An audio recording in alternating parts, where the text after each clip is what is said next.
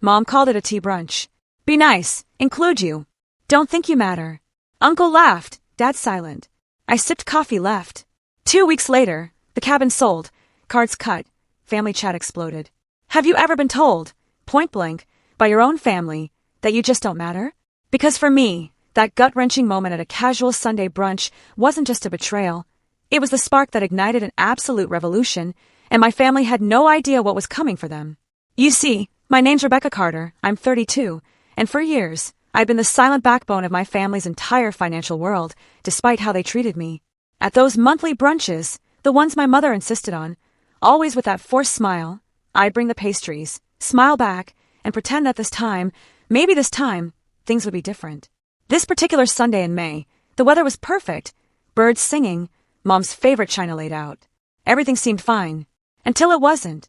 My mother, Diana, all Chanel No. 5 and mimosas, air-kissed my cheek and immediately launched into plans for a luxurious family trip to Europe, centered around my brother Kyle's conference.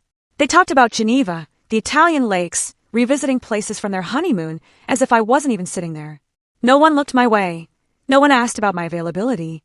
I cleared my throat, trying to sound casual. That sounds wonderful. When in August is the conference? I should check my calendar. The table went silent. My mother's perfectly shaped eyebrows arched. Oh, Rebecca, she said with a dismissive little laugh. We hadn't really thought. Well, it's primarily a family trip. I felt my cheeks burn.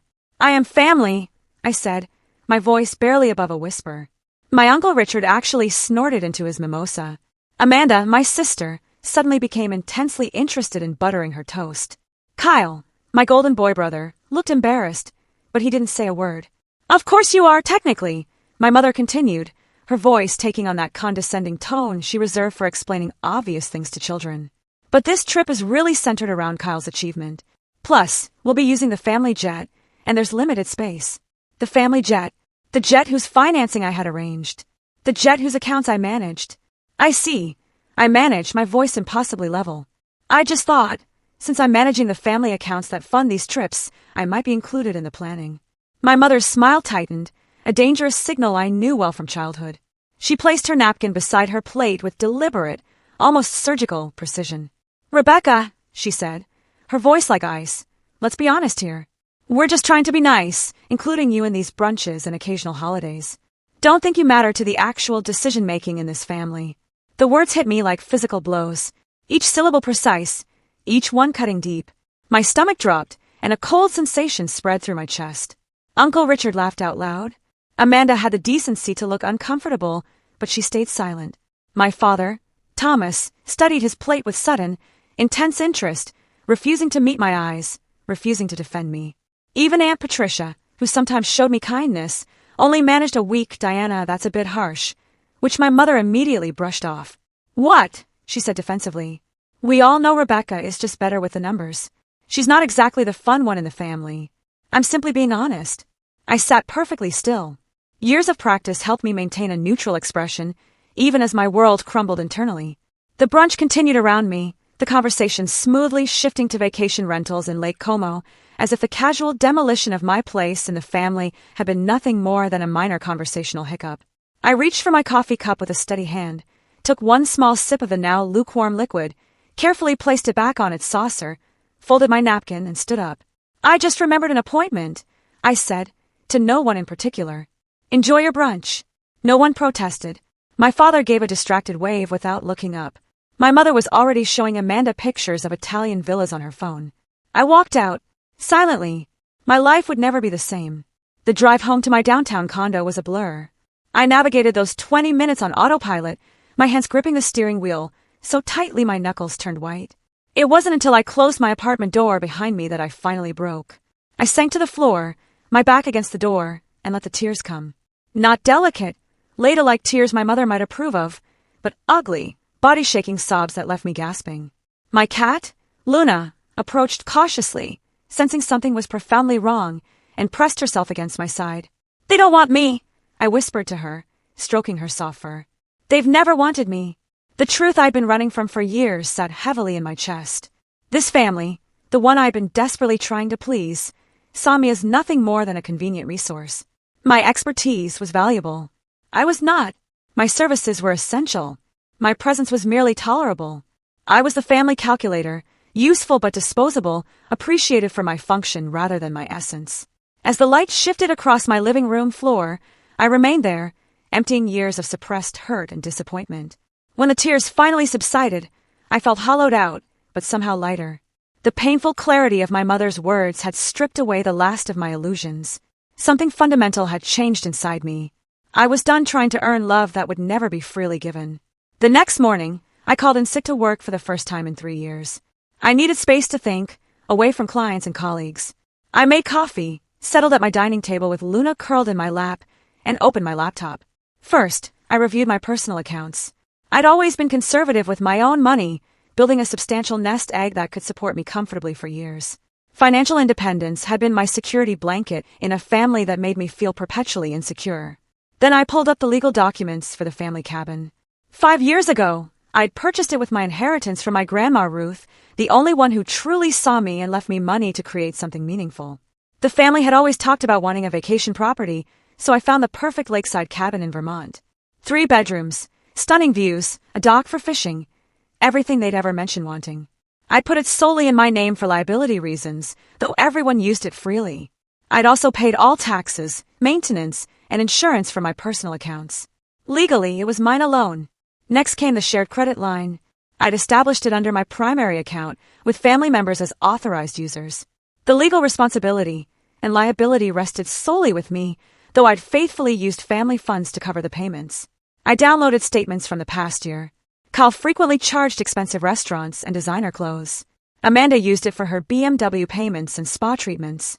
My parents charged everything from groceries to their extensive wine collection, even household staff. I created a spreadsheet detailing every financial service I provided, managing their multi-million-dollar investment portfolio, filing their complex tax returns, negotiating insurance, handling property management for their real estate holdings, coordinating with their estate attorney. Services that would cost them hundreds of thousands annually if they hired professionals. By lunchtime, the picture was crystal clear. My family didn't just benefit from my expertise. They were dependent on it. Their comfortable lifestyle, their financial security, even their precious European vacations, all relied on my careful management. The irony was staggering. They dismissed me while simultaneously needing me more than they realized. I took a break to call my friend Stephanie, a corporate attorney I'd met at Wharton. We'd remained close, and she was one of the few people who truly understood my family dynamics. "They said what?" she exclaimed after I recounted the brunch incident. "Becca, that's beyond disrespectful. That's emotional abuse." "I know," I said quietly. "I've been making excuses for them for years. So, what are you going to do?" I hesitated, then voiced the thought that had been forming since morning. "I'm thinking of separating myself financially completely." "Good," she said firmly. "It's long overdue. What can I do to help? Can you review some documents for me? Send them over. And Rebecca," she added, her voice softening, "you deserve better than this. You always have." After our call, I drafted a comprehensive plan. First, I would contact a real estate agent about selling the cabin. Second, I would close the shared credit line after transferring any legitimate family business expenses to my parents' personal accounts. Third, I would transfer management of the family investment portfolio to my colleague Jackson, with a 1-month transition period during which I would document everything. The subscription services were another matter. Over the years, I'd used my cards to simplify family payments for everything from streaming services to wine club memberships, Kyle's gym, and Amanda's meal delivery. All would need to be canceled or transferred. I spent the afternoon making calls and sending emails, setting my plan in motion. Each step was methodical, professional, and completely legal. I wasn't taking anything that wasn't mine or refusing to return anything that belonged to them. I was simply removing myself from the equation. With each call, each signature, each confirmation, I felt something shifting inside me. The girl who had spent her life seeking approval was being replaced by a woman who understood her value, with or without family validation.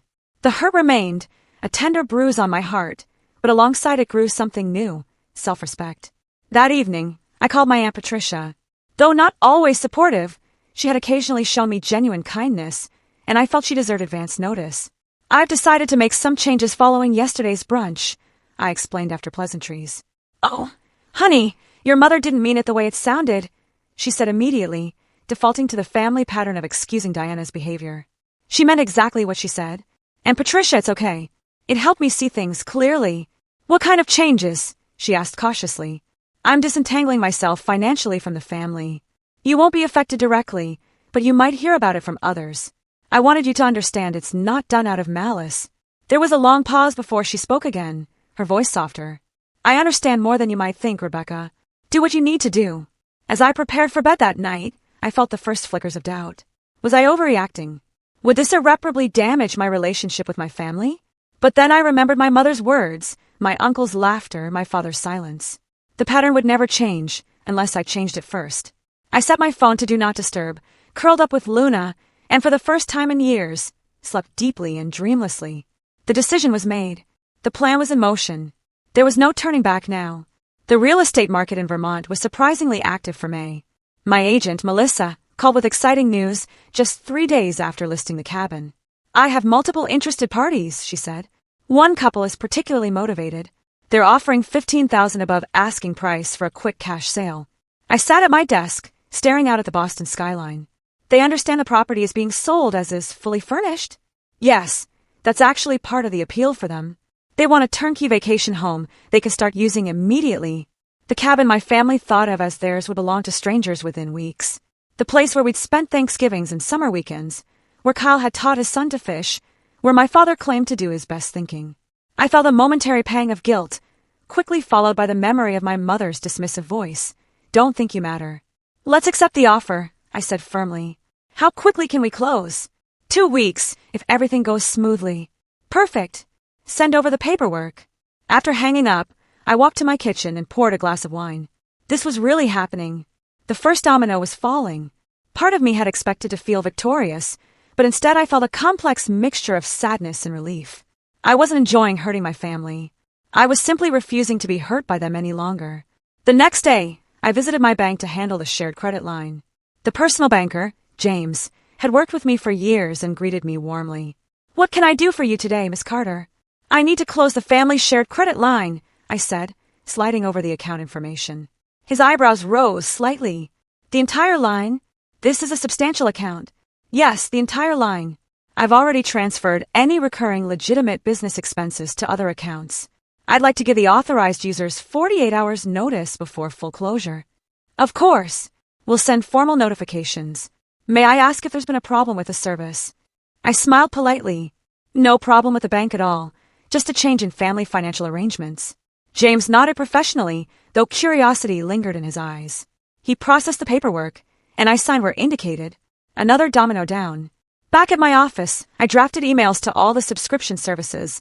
Netflix, Hulu, HBO, Apple Music, Spotify Premium, The Wine Club, Whiskey Club, Cheese of the Month, Amanda's Meal Kit deliveries, Cal's luxury gym membership, my mother's fashion box subscriptions, my father's rare book club. Each email was professional and direct, requesting immediate cancellation or transfer information. The investment portfolio transition was more complex. I scheduled a meeting with Jackson, explaining that I needed to transfer management of my family's accounts. That's a significant portfolio, he said, reviewing the numbers. May I ask why you're transferring it? These accounts have performed exceptionally well under your management. Personal reasons, I said simply, but I'll help with the transition. I've prepared detailed documentation of all holdings, strategies, and family preferences. Jackson, ever the professional, nodded. I'll take good care of them. Will you continue managing your personal investments through us? Absolutely. This change only affects the family accounts.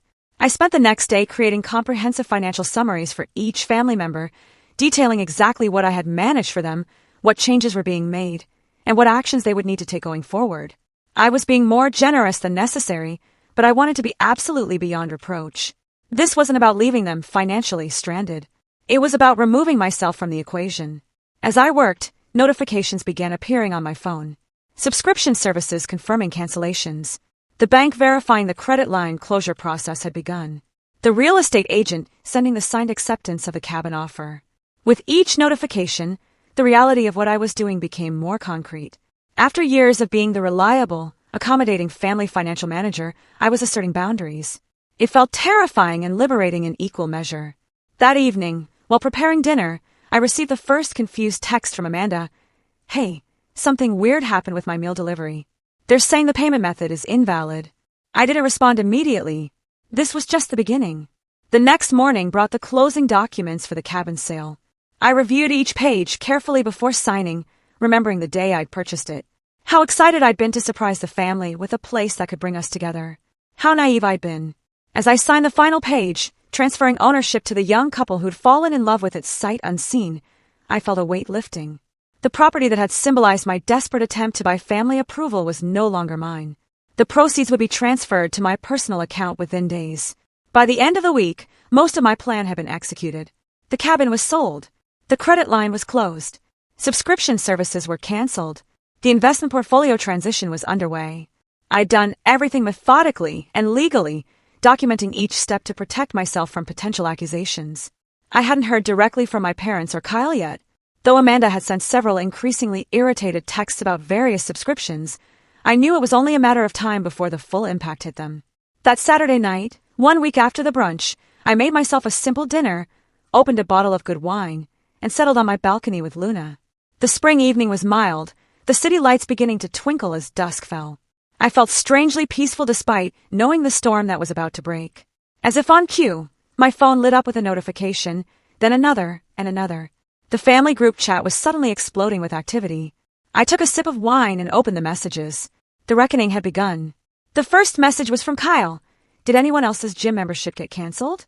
They're saying something about payment verification. Before anyone could respond, Amanda chimed in. All my subscriptions are canceled. Netflix, Hulu, even my meal delivery. What is happening? My father, typically reserved in group chats. Diana's wine club delivery was refused today. Something about payment method no longer valid. Then my mother. The housekeeper said her last direct deposit didn't go through. Rebecca, are you seeing these messages? There seems to be an issue with the accounts you manage. I watched the conversation unfold without responding, sipping my wine as the confusion turned to frustration, then to dawning realization. Amanda, wait, Becca. Did you cancel our shared subscriptions? Kyle, Rebecca, call me ASAP. There's something wrong with the family credit line. I set my phone aside and looked out at the city skyline. 3, 2, 1. My phone rang. Mother. I let it go to voicemail. It rang again immediately. Father this time. Again to voicemail. The group chat continued to explode with messages ranging from confused to demanding. I felt oddly detached from it all, as if watching a movie about someone else's family drama. After the 5th call in 10 minutes, I decided to send a simple text to the group. I've made some changes to the financial arrangements I previously managed. Nothing illegal or improper has been done. I'll explain everything next weekend. That unleashed a new torrent of messages. Kyle, what changes? Why wasn't this discussed with the family first? Amanda, you can't just make decisions affecting all of us without consultation. Mother, Rebecca Carter, call me this instant. The irony was almost laughable. Suddenly, my input was essential, my presence required, my decisions critically important. The very people who had dismissed me now demanded my immediate attention. I turned off notifications for the group chat and returned to my wine and the peaceful evening view. The true bombshell hadn't even hit yet. Sunday morning brought the next wave. I was enjoying a quiet breakfast when my phone lit up with a call from Uncle Richard. Curious about what he might say, I answered. Rebecca, he barked without preamble. What the hell is going on with the cabin? Frank Matthews next door says there's a young couple measuring for curtains. Says they told him they just bought the place. I took a calm sip of my coffee. That's correct. The sale closed on Friday. There was a moment of stunned silence before he exploded. You sold the family cabin without discussing it with anyone. Have you lost your mind? It was my cabin, Uncle Richard, purchased with my inheritance. Titled solely in my name. I was free to sell it as I wished. But that's the family vacation property. Your parents are planning to spend July there. Kyle's kids love that place. Yes, I know. Everyone enjoyed using my property. Unfortunately, things change. This is absolutely unacceptable. Your mother will be furious. I imagine she will be, I agreed pleasantly. Goodbye, Uncle Richard. I ended the call and blocked his number. Something I should have done years ago. Within minutes, my phone was buzzing constantly. Calls from my parents, Kyle, Amanda, various extended family members. Text messages ranging from confused to threatening. Emails demanding explanations. I spent the day in peaceful activities, visiting my favorite bookstore, having lunch at a quiet cafe, taking a long walk along the harbor. My phone continued to buzz, which I steadfastly ignored. By evening, The tone of the messages had shifted from angry demands to worried inquiries, and finally to grudging requests for conversation. My mother's latest voicemail almost sounded concerned. "Rebecca, we haven't heard from you all day. We're worried. Please call us back so we can discuss whatever is bothering you." I smiled at the familiar manipulation tactic. In my mother's world, any action that inconvenienced her must stem from someone else's emotional problem, never from her own behavior. Monday morning brought professional consequences. I received a carefully worded email from Jackson. "Rebecca, I've been contacted by your father regarding the family portfolio transition. He seems quite surprised by this development and has expressed concerns about proceeding without family consultation. Given our firm's commitment to clear communication with all parties, could we schedule a meeting to ensure everyone is aligned?" I replied with equal professionalism. "Jackson, as we discussed, I am the authorized manager of these accounts and have full legal authority to transfer their management. My father has no official role in these decisions. Please proceed as planned. If you're uncomfortable with this arrangement, I understand, but I'll need to transfer the accounts to another advisor immediately." His response came quickly, backpedaling. "No need for that, Rebecca. We value your business greatly. I'll continue as instructed." Throughout the day, the family's approach evolved. Text messages offering to hear me out and understand my concerns. Voicemails suggesting family therapy. Even an email from my father proposing a business meeting to discuss reorganizing family finances in a way that recognizes your contributions. By Tuesday, desperation was setting in. My mother sent a message that almost sounded like an apology. "Rebecca, if this is about what was said at brunch, I may have spoken too harshly. You know how I can be before my second mimosa. Please call so we can sort this out." Kyle, always pragmatic, cut to the chase. "Becca, whatever Mom said, we can work through it, but I need access to the investment accounts ASAP. I'm closing on a new vacation property next week and was counting on those funds." A pain shot through me at that. Kyle was purchasing a vacation property, something that would never have occurred to anyone when I owned the cabin. It perfectly illustrated my place in the family hierarchy. The real crisis hit Wednesday evening when my father called from an unknown number, which I answered without recognizing it. "Rebecca," he said, his voice uncharacteristically agitated. "The family credit cards are being declined everywhere. Your mother was at Nordstrom and had to leave her purchases behind. This has gone far enough." "I closed the shared credit line," I confirmed calmly. As I was the primary account holder, that was my right. But why? What possible reason could you have for disrupting the entire family this way? I took a deep breath. "Do you remember Sunday brunch, Dad? When Mom said you were just being nice, including me, and that I shouldn't think I matter. Do you remember what you said in my defense?" There was a long silence. "Nothing," I continued. "You said nothing. You've never said anything when she dismisses me. So now I'm removing myself from the equation. No more financial management. No more cabin. No more shared expenses that I track and organize while being treated like an afterthought. Rebecca, you're overreacting. Your mother speaks without thinking sometimes, but this isn't about one comment, Dad. It's about a lifetime of being valued for what I provide rather than who I am. I'm done with it. We need to discuss this as a family." "We will. Sunday at noon, my condo. I'll send calendar invites." With that, I ended the call. That night, as I prepared for bed, my phone lit up with one final message. It was from Aunt Patricia. "I heard about everything. For what it's worth, I think you're incredibly brave. Whatever happens Sunday, remember that standing up for yourself is never wrong." I smiled, grateful for the small validation, and turned off my phone. The stage was set for Sunday's confrontation. I needed to prepare. I spent the days before the family meeting preparing both my home and myself. I cleaned my already tidy condo to perfection, ordered a selection of pastries from the same bakery I'd brought to that fateful brunch, and arranged seating in my living room that would allow me to face everyone directly. Mentally, I rehearsed what I wanted to say, even consulting with my therapist in an emergency session. "Remember," Dr. Lewis said, "they'll try to minimize your feelings, reframe the narrative, and possibly attack your character. Stay focused on the specific behaviors and your boundaries going forward. What if they refuse to acknowledge any wrongdoing?" I asked. "Then you have valuable information about whether reconciliation is possible," she said gently. "You can't control their response, only your own actions." Sunday arrived, bright and clear. At precisely noon, my doorbell rang. I took a deep breath, smoothed my simple but elegant navy dress, and opened the door. They had come as a united front. Mother, father, Kyle, Amanda, even Uncle Richard. Aunt Patricia stood slightly apart, giving me a small, encouraging smile.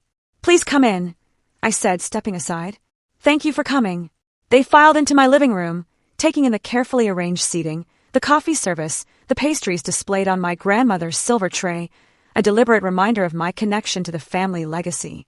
Well, my mother said, looking around with barely concealed disdain, you've certainly gone to some trouble.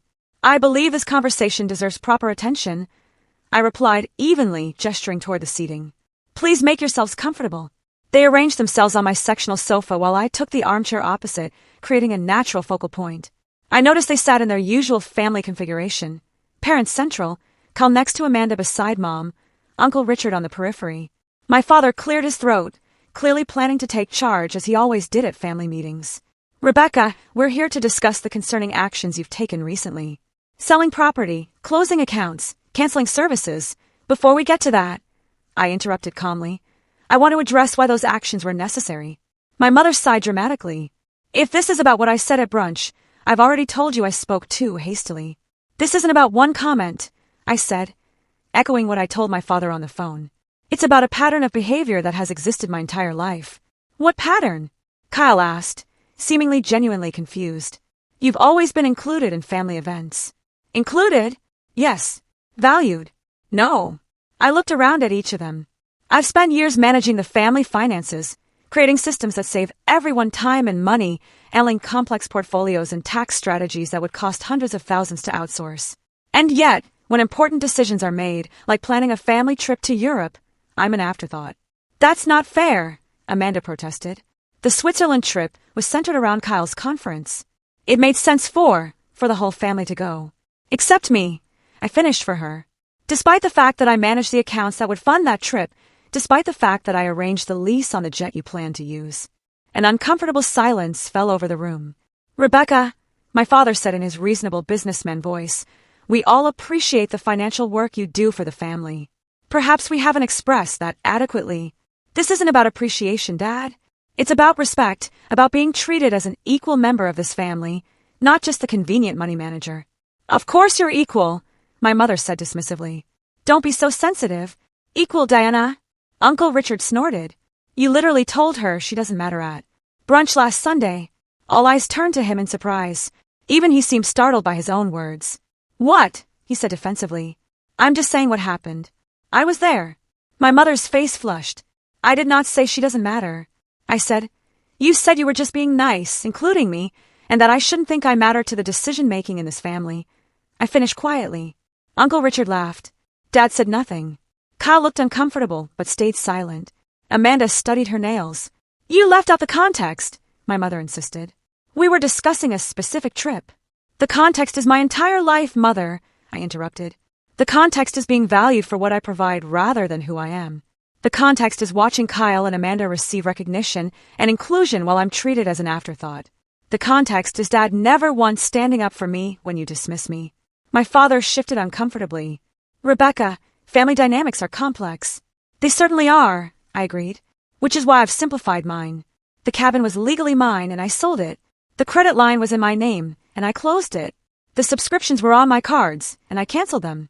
The investment portfolio I've managed for years is being transferred to another advisor. But why? Amanda demanded. Why punish everyone for one comment? I'm not punishing anyone. I'm establishing boundaries. I'm no longer willing to provide financial services to people who don't respect me. This is about money. Kyle asked incredulously. You're holding the family finances hostage because your feelings were hurt? I looked at him steadily. No, Kyle. This is about recognizing that I deserve basic respect, something this family has consistently failed to give me. So what do you want? My father asked pragmatically. An apology? More acknowledgement of your contributions? What will it take to restore the previous arrangements? The question revealed so much. Not, how can we repair our relationship with you? But, how can we get back the financial services you provided? I don't want anything, I said simply. I'm not negotiating. I'm informing you of changes I've already made. I've prepared individual folders for each of you with complete documentation of your financial situations, recommendations for moving forward, and contact information for excellent financial advisors who can replace my services. I retrieved the folders from my desk and distributed them. Everything is organized and clear. You'll find this transition much smoother than you might expect. My mother left her folder unopened on the coffee table. This is ridiculous. We're family. Families don't keep score or charge each other for help. You're right, I agreed. Families should support each other out of love, not obligation. They should value each member equally, not just for what they can provide. They should defend each other when someone is being mistreated. I looked around the room. I've spent years trying to earn my place in this family. I bought the cabin hoping it would bring us together. I managed the finances hoping my expertise would be valued. I organized, simplified, and supported everyone's goals and dreams while my own were treated as secondary. I'm done trying to earn what should be freely given. So you're just what? Cutting ties with the family? Kyle asked, genuine concern finally showing in his expression. No, I said gently. I'm establishing the conditions under which I'm willing to be part of this family going forward. I will no longer manage anyone's finances except my own. I will no longer provide free financial consulting. I will attend family events only when I'm genuinely wanted, not as an obligation. And how are we supposed to know when you're genuinely wanted? My mother asked sarcastically. It's actually quite simple, Mother. Invite me because you want my company, not because you need something from me. Ask my opinion because you value it, not as an afterthought. Defend me when I'm disrespected, even if it's uncomfortable. My father, ever the businessman, seemed to be calculating losses and gains in his head. And if we meet these conditions, then we can build a healthier relationship, one based on mutual respect rather than utility. Aunt Patricia, who had remained silent until now, spoke up. I think what Rebecca is asking for is completely reasonable. We should all reflect on how we've treated her. My mother shot her a withering look, but said nothing. The meeting continued for another hour, cycling through predictable stages. Denial, we've always treated you as part of the family after everything we've done for you. Bargaining, what if we include you in the trip planning going forward? And finally, reluctant acceptance that the financial arrangements had indeed changed permanently. As they prepared to leave, my father lingered behind the others. I should have spoken up, he said quietly, at the brunch and many times before. I'm sorry, Rebecca. It was the first genuine moment of the entire confrontation, and it caught me off guard. Thank you, Dad. I don't know if things can go back to the way they were. They can't, I interrupted gently. But maybe they can be better than they were. He nodded thoughtfully and joined the others, waiting by the elevator. As I closed my door, I felt exhausted, but strangely peaceful.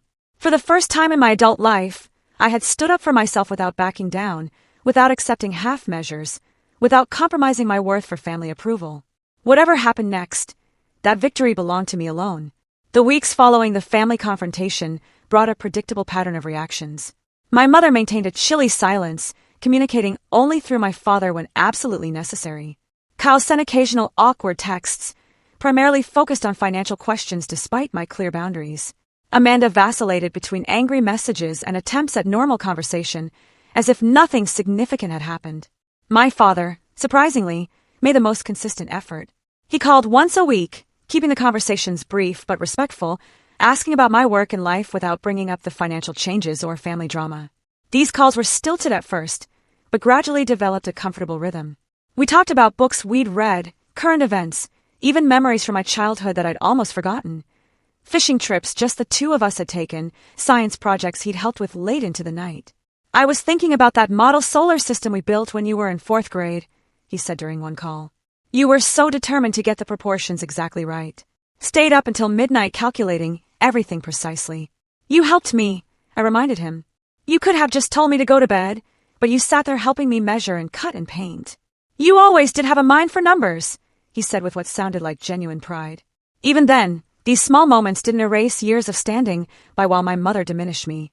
But they offered a glimpse of what might be possible with time and effort on both sides. The family finances reorganized without my involvement. My father hired a wealth management firm at considerable expense. Amanda complained about the fees in a text, apparently forgetting I had provided those same services for free. Kyle hired his own financial advisor, sending me a grudging message acknowledging that he hadn't realized how much work went into all this stuff. 2 months after our confrontation, Aunt Patricia invited me to lunch at her favorite restaurant. You've caused quite the upheaval, she said as we settled at our table. Diana is still fuming about the cabin. I imagine she is, I replied, opening my menu. Thomas is different, though, she continued, more reflective. I overheard him telling Richard that he'd failed you as a father. That's not something I ever expected to hear from your dad. I looked up, surprised. He said that. Patricia nodded. The family dynamics are shifting, Rebecca. Slowly, but they're shifting. You standing up for yourself forced everyone to examine patterns they've taken for granted for decades. I thought about this as we ordered our meals. I didn't do it to change them. I did it to protect myself. I know. That's why it's working. She reached across the table and squeezed my hand. I should have stood up for you more over the years. I'm sorry I didn't. You were in a difficult position yourself, I acknowledged. Mom never made it easy for anyone who married into the family. We spent the rest of lunch catching up on her children's lives, my work, and the book club we both joined. It felt natural and warm in a way family interactions rarely had before. As the months passed, I found myself building a different kind of life without the constant demands of managing family finances. I had time to explore interests I'd neglected. I took a pottery class, joined a hiking group, and volunteered at a financial literacy program for underserved communities. I developed deeper friendships, no longer canceling plans to handle family financial emergencies. My friendship with Stephanie strengthened as we met weekly for dinner or drinks. I grew closer to my colleague Jackson outside of work, discovering shared interests in jazz and contemporary art. My neighbor Emma, whom I'd barely spoken to despite living across the hall for 3 years, became a regular movie night companion. 6 months after the confrontation, my mother finally broke her silence with a text message. Your father's birthday dinner is next Saturday at Le Bernardin, 7 p.m.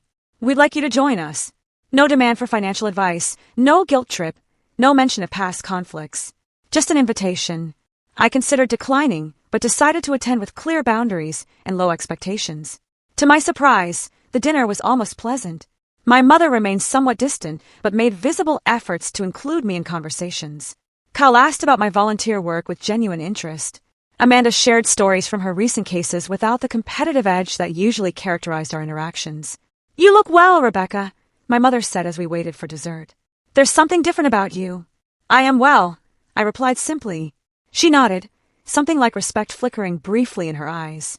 The true test came 3 months later when Kyle's wife, Jessica, gave birth to their second child, a daughter they named Elise. The family gathered at the hospital to welcome the newest member. As I held my tiny niece, Kyle looked at me with unexpected seriousness. Jessica, and I were hoping you might consider being Elise's godmother. I looked at him in surprise. Really? Really? Jessica confirmed from her hospital bed.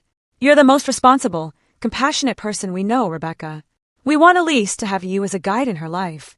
The request felt significant, not because of any financial implication, but because it acknowledged qualities in me beyond my utility to the family. It recognized my character, my values, my capacity for love. I'd be honored, I said, looking down at the sleeping infant. Nearly a year after that fateful brunch, I hosted a dinner party at my condo. Around my table sat Stephanie, Jackson and his husband David, Emma, and, to many people's surprise, Aunt Patricia and my father. My mother had declined the invitation. Some changes take longer than others, but her absence didn't diminish the warmth of the evening. As we enjoyed dessert and coffee, my father raised his glass. To Rebecca, he said, who had the courage to teach an old man some new tricks. Later, as guests were leaving, he lingered behind. I'm proud of you, he said quietly. Not for your success or your financial acumen, though those are impressive. I'm proud of your strength, your integrity, your willingness to demand the respect you deserve. I should have given that to you years ago. It wasn't a fairy tale ending. My mother and I maintained a careful, limited relationship. Kyle sometimes slipped into old patterns. Amanda still occasionally made competitive comments. But something fundamental had changed. Not just in how they treated me, but in how I allowed myself to be treated. The cabin was gone, but in its place grew something more valuable. Self-respect and genuine connections based on mutual appreciation rather than obligation or utility. I had finally learned that family, true family, isn't defined by blood or shared credit lines, but by respect, support, and love freely given. Sometimes, the bravest thing we can do is simply walk away from the table where respect isn't being served. Sometimes, the most valuable inheritance isn't money or property, but the courage to say, I matter. Not for what I provide, but for who I am. If you've ever struggled with family members who undervalue you, remember that establishing boundaries isn't selfish, it's necessary. Have you ever had to stand up to family for your own well-being? Share your experience in the comments below. And if this story resonated with you, please hit that like button and subscribe for more stories about finding strength in difficult relationships. Thank you for listening to my journey. And remember, you matter exactly as you are.